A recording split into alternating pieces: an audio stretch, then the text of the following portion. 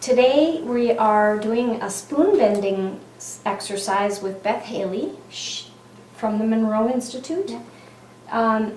What's the history of spoon bending? Why do you...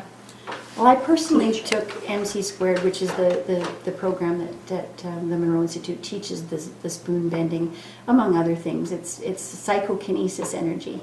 And it was first created by Dr. Joe Gallenberger, who is one of the trainers at the Monroe Institute, is a residential trainer. And he also teaches classes in Las Vegas called the Vegas Adventure. He's written several books. And I took the MC Squared class with him and Patty Ray Avalon in 2009.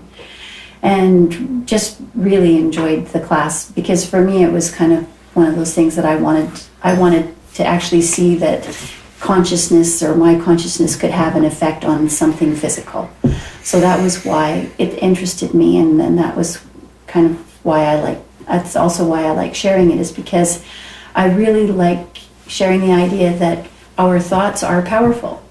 And if our thoughts can help to influence a metal spoon to become soft and pliable, and just to bend it very, very gently like that, without applying a lot of force, then that proves to us that our thoughts do have power, and that then we can become masters of our own thoughts, which takes training and takes discipline. But once you can see that the thoughts do have an effect, that gives you a better reason of learning to become the master of your own thoughts. Okay, well, let's do it. Okay, so as I just demonstrated with the spoon, it's not a.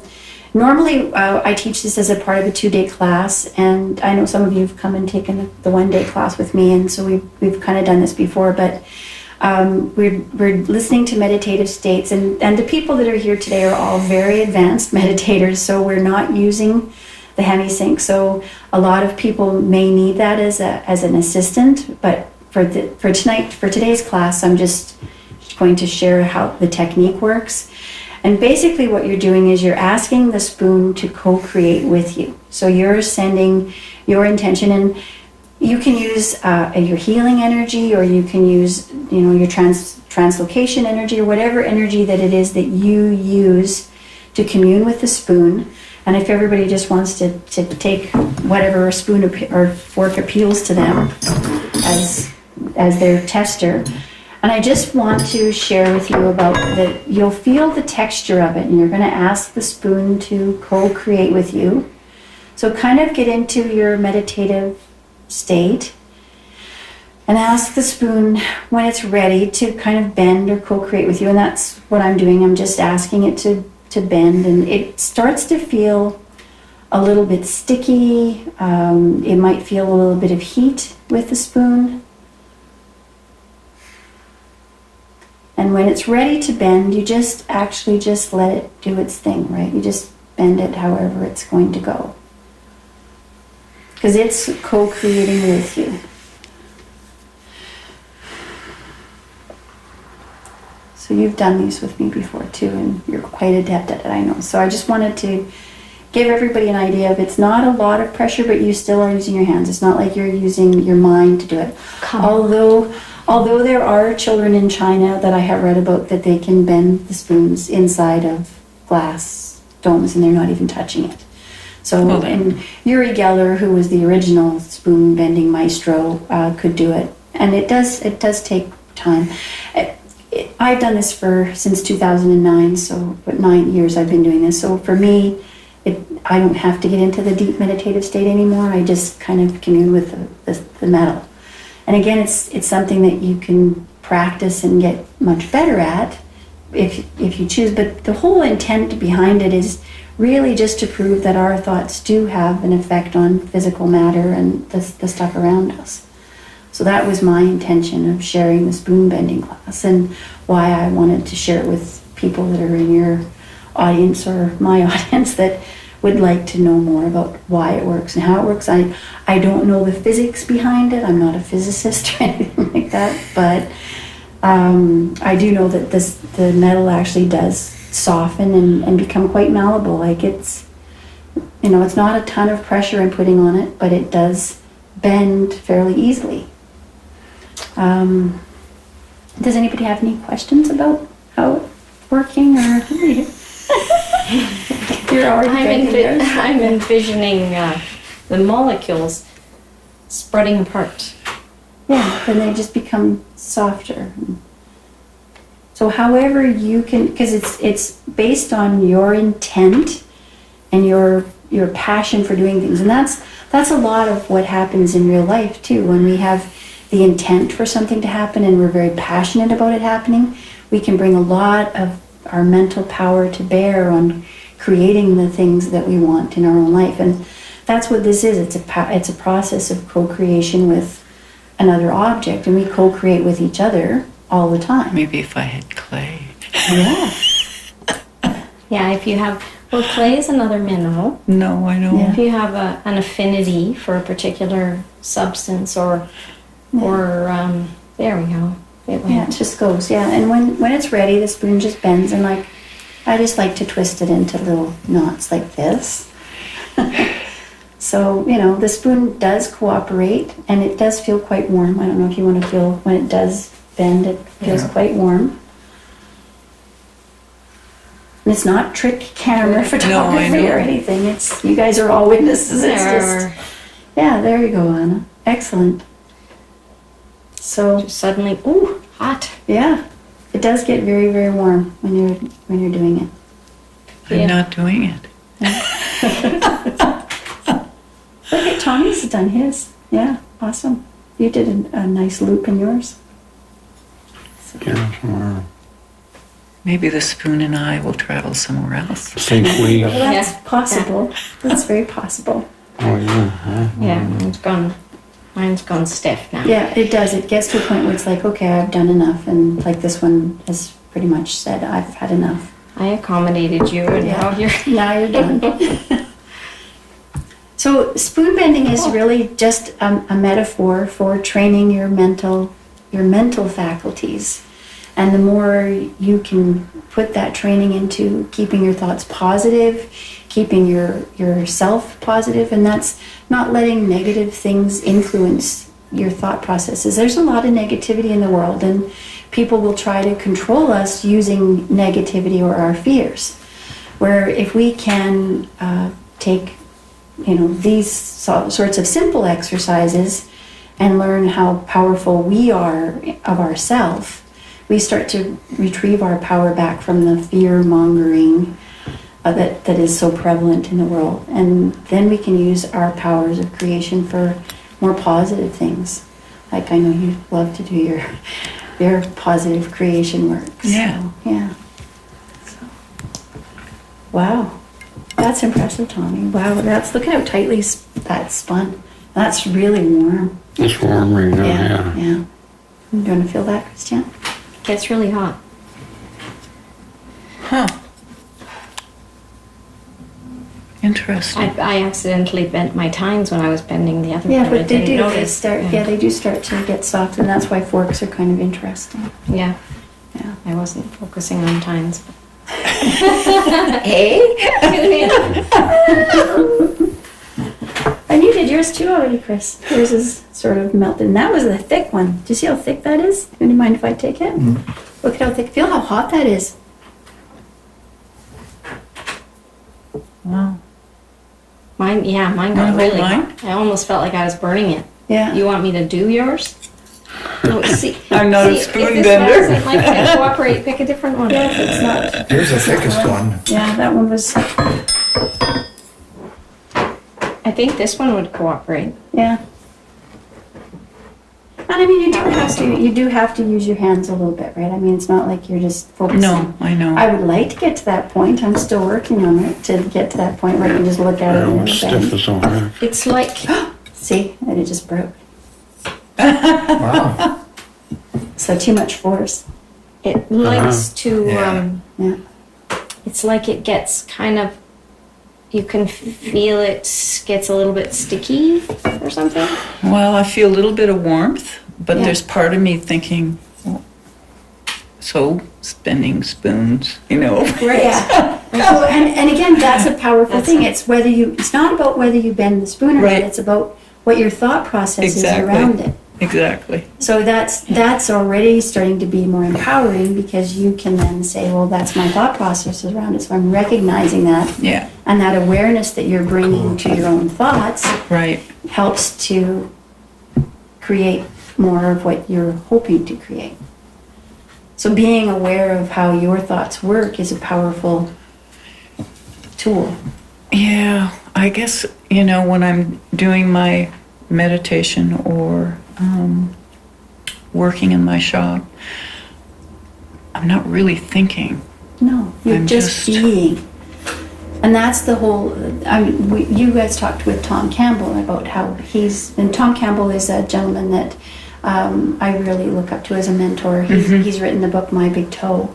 And, he talks about it's not I've about how listened you to- act or the falseness of it. It's actually who you are being in the world. And that's, you have to start somewhere. Right. So, right. you do have to have a beginning, but it's eventually you get to a place where it's just being a positive, upbeat person is Right. just who you are. Yeah, I thought that was kind of profound when he said that, because, like, you're not forcing anything, right? That's just who you are. It's yeah. just who you are, and your life starts to work. And I've noticed it myself that the more positive and the more upbeat, that it's just things start to. It's the instances of coincidences or synchronicities that start to just more and more and more creates. And we're all in this together, right? We're all. Right. We're all on this planet together, and we all share the same hopes and dreams of peacefulness. At least most of us do. And, close family relationships or close relationships, maybe families, not necessarily, but friends, and having enough food to eat and a nice shelter over us is something that everybody wants. And we're all very similar with that, but yet we may have a whole bunch of different philosophies. And if we can just look at each other as And different filters. Another version of us, that if we had been raised in exactly that same way, we would be doing exactly the same thing that Right. that person is doing. Right. And so being in that place of just accepting and loving each other as much as possible is very beneficial and helpful. Oh. You're going to cut that out. When you're a smartass, you just have to. Yeah. Yeah. So I So don't, class is over? yeah, let's, I don't know. I don't know what else to. No, that's good. 'cause Well, you don't want that's- to make it too long on you. It's astounding, actually. Yeah, I think it's because then people will get. I'd like to see. So that was the practice round? Well, We're gonna do and you can cut it and do whatever you need yeah, with it and put it but together. what I'd like to do, I didn't know that you were gonna do it right away. Oh, okay, all right. So I'd like to get some close-ups Of my, of the spoon actually Well, you got bending a couple in spoons. each, Yeah. like Here, while you mine's do ready. it, not after the fact, yeah, right? okay. So Okay. So you wanna do this one? Also, I didn't record my voice when I was introducing. but I got you on this Yeah, too, okay. and we're in a close So, enough space. With the spoon bending, we're just going to do it. You gently communicate with the spoon, however, in a deep meditative state, or like if you want to use your Reiki or your healing energy or touch for health or whatever modality it is that you have that you want to use. Theta healing, there's so many of them. I don't even know how half of them, I'm sure. And just send that energy into the spoon to have it co-create with you to become a different shape. And it's just a gentle bend. It's not a lot of force. It's just gently bending the spoon. So. And then what I did was earlier in the day when we were doing this demonstration with a different group, I was saying, okay, well, I'm just going to try And bend force the it. spoon Yeah. without any energy and the first time I actually used energy when I wasn't meaning to. This time, no, I really can't bend a spoon without. And our energy and our thoughts affect everybody around us. Like, even though we aren't necessarily aware of whatever it is that we're sending out, other people feel it. Have you ever walked into a room and just known that there was an argument or something negative happened in that room? That's an extra sense that we have as human beings that, I mean, even if you're thousands and thousands of miles away from each other, if you're sending negative thoughts to someone, they're feeling it on some level. And they generally will respond with sending negative thoughts back to you. So if you're going to create with that, it would be so much simpler to create with a loving thought, sending people. We were talking earlier this morning about a gentleman who had been separated from his son. And, he went in the out-of-body state and communed with his son and really helped him and his son have a much better relationship. So there's a lot of tools that are available to us as conscious beings that we can have a positive effect on our world if we choose to use them that way. And if we choose to use them negatively, we can have that effect too. But who wants to live in that world? I don't. I want to live in a positive, happy, upbeat world where we're all supporting each other, and the competitiveness is starting to shift. Like Anna was telling me earlier about the young people that were working at Google that refused to make the programs to spy on others because they felt it was something that's not necessary. And I think that as each of us stands up and does our own integrity, then I think that we will make the world a bit better of a place. And Be the change you want to see in the world. Yeah.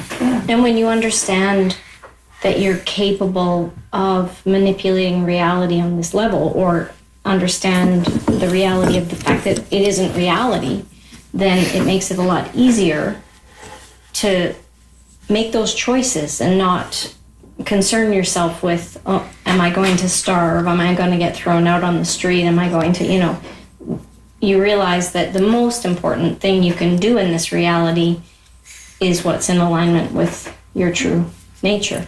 Because when you betray yourself, that you don't get over that, and that sometimes takes many lifetimes to recover from. When and it's not like you have to believe in reincarnation or anything like that. It's just the fact that that's how this reality frame works. I mean, it wouldn't make sense for you to only have one chance at consciousness. It has to be a cumulative. And so many of us have memories of past lives and past life injuries that we're trying to. And the things that I know that I haven't learned in this lifetime, but so that's what got me started on it. How do I know that stuff? I've never done it this time. Yeah. But I knew it, so it had to come from somewhere else. So yeah. Then you start realizing, I've been around many times. Yeah, and that's what makes sense. So it, maybe you could get by with it in this lifetime, hurting someone else, but eventually it's going to come back around. And when you realize that from a very deep place of knowing that that's the truth, it changes how you deal with everybody. Yeah, that's one thing it changed the whole thing. Yeah. Yeah, it really does. It changes your whole beingness around others. Because you don't want to negatively affect anyone else, because if you do that, it is going to come back. For me, it seemed to remove a lot of fear, too. I don't know why, but I don't know, that thing made me less fearful when you're in control of your own creation. So which was a big help. Yeah. One of the things that was a really important shift for me was the whole idea that if I truly create my reality, if I am manipulating energy and attracting things with my thoughts, then I can't say that some event that happened in my life I was a victim of that. I was a co-creator in it, and I recognize that. Yeah. So that switch for me was huge. It empowered me to believe that if I don't like what's going on in my life right now, I simply have to choose to create something else. It's not, I have to wait for so-and-so to stop beating me or this person to stop victimizing me in some way, or society to change, or whatever. I just have to change. Yeah, and as you change, the reality around you has to change in step with you. It will Because change. It has to. Because you are not interacting with it in the same way anymore. Yeah. And it does change. And sometimes it takes a little bit of time, but Yeah. it eventually it does. It does. Tommy's been working away at his spoon. Look at how much he's bent it. Can you get a close up of that, Jeff? Look at that. That's incredible. Yeah, that's one thing I really learned too is patience, right? You have to have patience on yourself, especially. Yeah. Things aren't going to happen overnight. Just carry on and They do the best can you in happen the moment. in an Wow, instant. that's really tight. That is really tight, Tommy. That's amazing. You've It's a nice spoon. Yeah. I feel so blessed to have all of the presence of all of these masterful you. people in this So group. what thank I'm you. curious about, how many restaurants have you been banned from? I actually don't bend spoons in restaurants unless someone actually says, like they're going to give me permission. So, but yeah, just it would be destruction of property if you're doing it in a restaurant and it's And we're you not don't have destructing permission. property. What I you bought do is you these- say, okay, if I can bend this spoon, I get my supper meal free. is free. And you I'll might have to freak, try that, Jeff. That's an excellent idea. you might freak too many people out too. Well, and you know what? I mean, it's interesting to know that one of the classes I taught, there was a gentleman who was a bodybuilder, and there was a young girl who was probably 5'2", very petite, not a muscle builder at all. And they had the identical spoon, and she had bent hers, and he had been working away at his and couldn't bend it. And she said, when she picked his up, she says, "Oh, here, let me show you." She said it actually was a little bit harder to bend than the first one because he'd already He imprinted programmed it. the metal with that it was impossible to bend. Right. So that translated for her being it was more difficult because he Right. encoded it that way. Right. Pre-programmed. Yeah. And so we do that a lot in our lives. We pre-program something by, thinking limit, that it's right. going to work this way. Well, guess what? It generally does. Not always, but Yeah.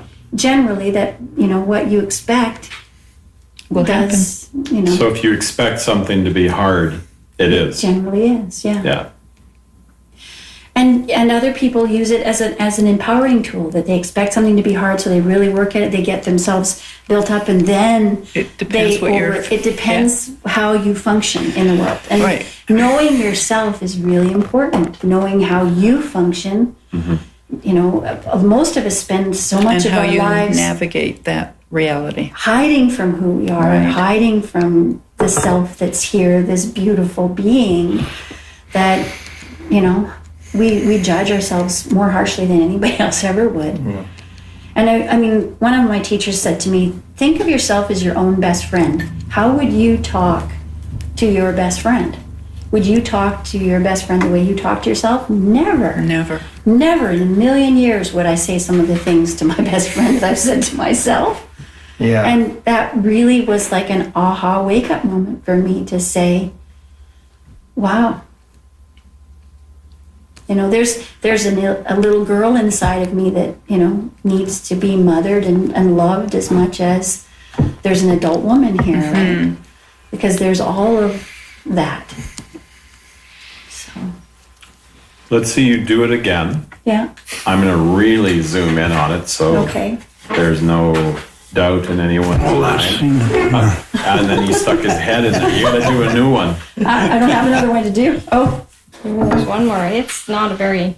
yeah, this is It's a tough one. that one takes a little bit more effort. Yeah. So, did that It come did through? not want to do it. Yeah. Here's one that. Yeah. You're going to have You didn't to wanna eat go. your cereal with that one, Tom. Yeah. Didn't Those want would to make go great back. These are, art see, these pieces. are tinier. These are really, that's easy. That's really Yeah. good. So Yeah, that one was happy to. that one was But it's happy. obvious that you're not grunting and groaning. It No. still would take a fair amount of effort to do that Yeah. if yeah. you were using just your Yeah. muscle power. Just muscle power. Well, that's the one there you broke when you just tried to use muscle power, Yeah, right? yeah. That one was, It just fatigues the metal and it then does, and it just snaps. because you can see these ones are not fatigued, right? you were forcing your will on it instead of allowing Instead it of to allowing it to create bend a with it. relationship. Yeah. Yeah, and that happens, right? And when we break our toys, we learn from it. You know, when we're little, that's, you know. And everything has another opportunity, right? You always get another opportunity to try again. And then another As long one, as and you're- then another one. Yeah.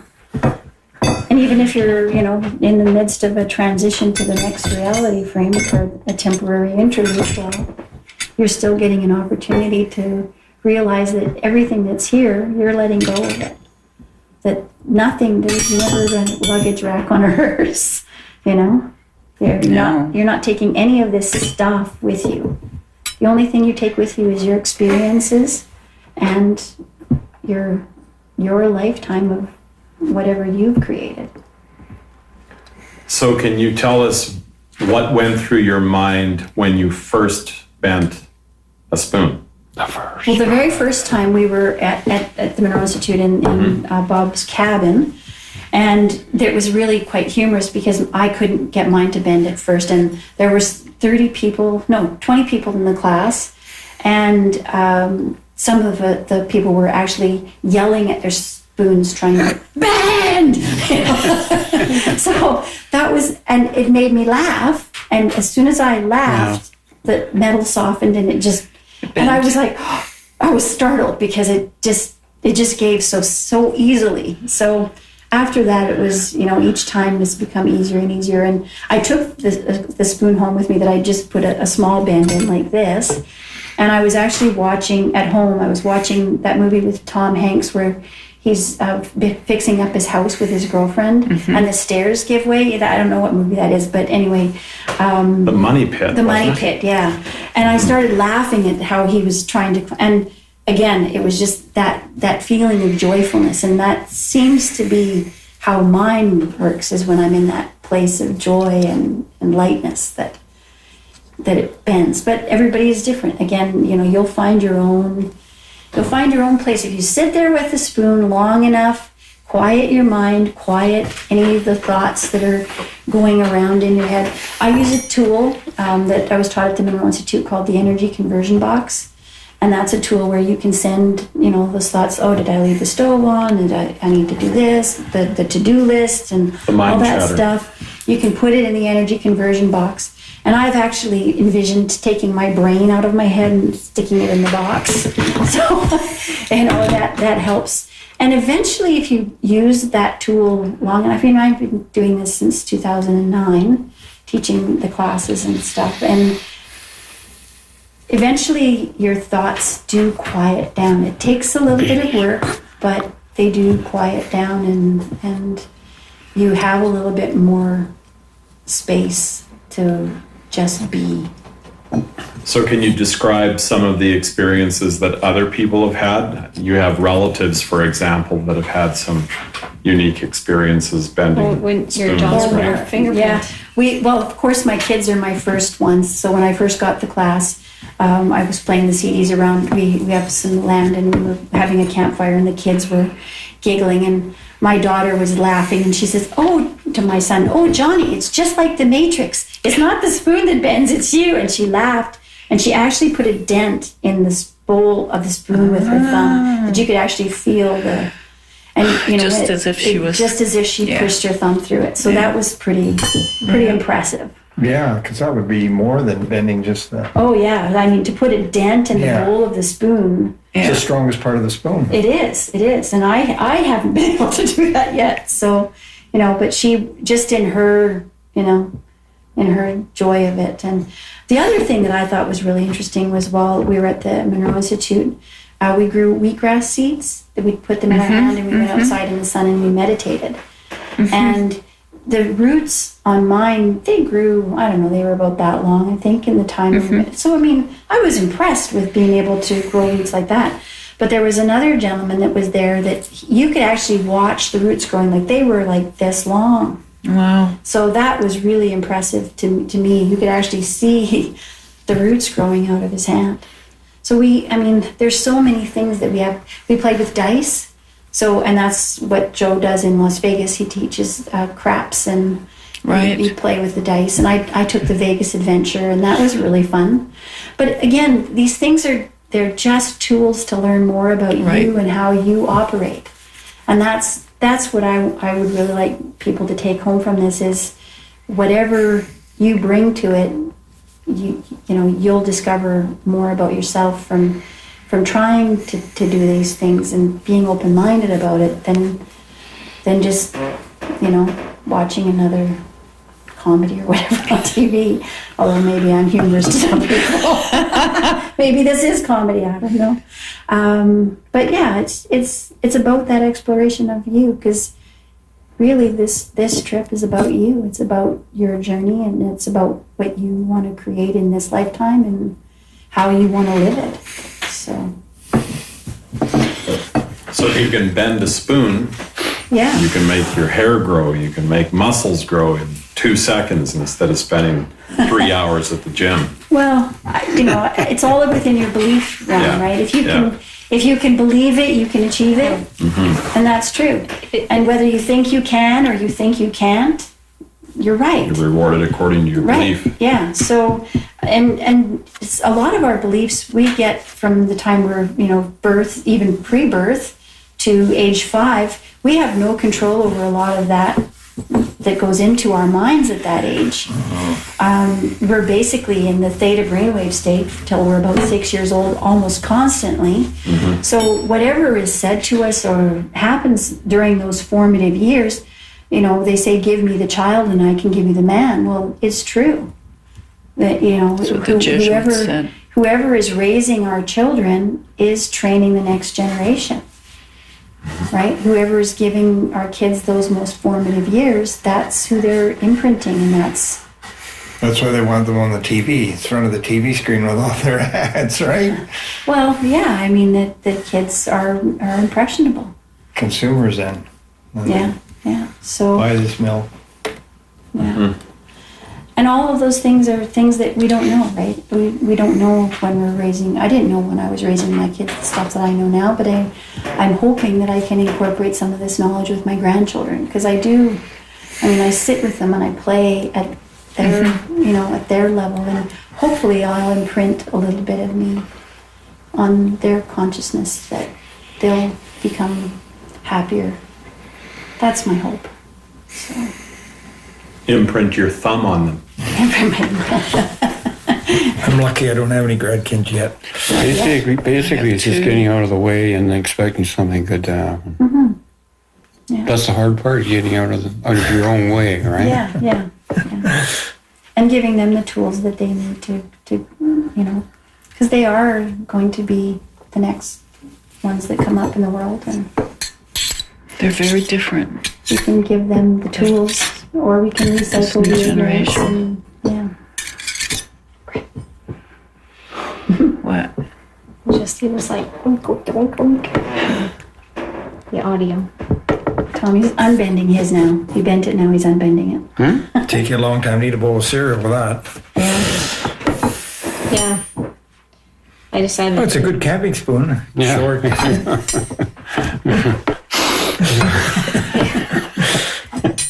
I'd rather talk to my car. It's heavy. Yeah. Chris does that all the time. What? Talk to your vehicle. Oh, Keep it constantly. That's why it keeps running even though it's dead. Did I say that out loud? Touch wood. He doesn't know that. No, touch wood. I had that thing every time, yeah. That's why it keeps running, I think. I swear it is. I talk to my car all the time. Dave, my husband, had an interesting, they go on a fishing derby every year, and he had something happen in the truck. And he decided that they were just going to press on and, fill it up with water or whatever. And they Good. got all the way out to Sycamore because they couldn't find a garage that was open that particular whatever. And so they got all the way out there and all the way home. And he pulled into the driveway at our house, and whatever it was let go.